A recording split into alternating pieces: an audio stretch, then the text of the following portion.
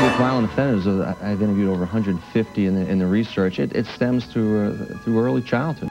Basically, they come from dysfunctional families. These are people that are loners. They're very, very asocial. They pretty much, they don't date. They don't have any friends. They don't have any associates whatsoever. They, too, have these very strong feelings of being humiliated.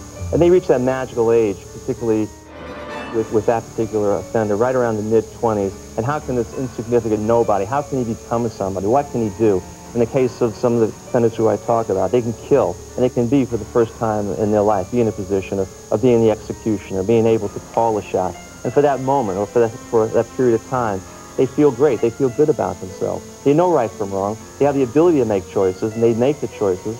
Unfortunately, the victims don't have the chance. And what I look for in any type of case is what you look for is precipitating stressors and events, and that generally pushes the offender forward.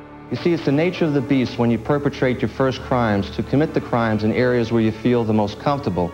The very first victim, the very first crime, if you can determine what that is, that has the most significance as for an investigator. That's where you got to focus your attention. And you use Y plus how equals who, and who is the the unknown subject, and Y has to do why this victim, and what makes it unusual is that the types of victims, there are different kind of victims. Generally with killers, there's a preferential victim in the fantasy.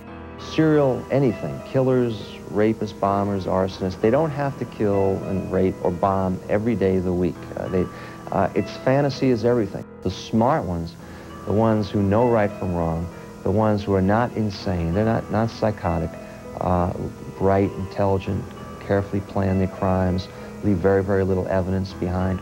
If you don't catch these people early on in the investigation, they begin to perfect the modus operandi because they are bright. So if you don't catch them right away, what's going to happen is when we do finally catch them, it's because they made a mistake.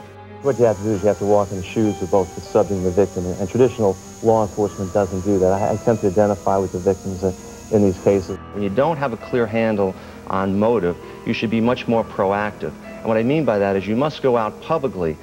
These killers, they will inject themselves into the investigation. I know they follow the press, and that's a good sign because I may be able to do things, maybe get him to inject himself in an investigation. They like to follow up the victims and go to grave sites and go back to the scenes of the crime. So you have to use your imagination.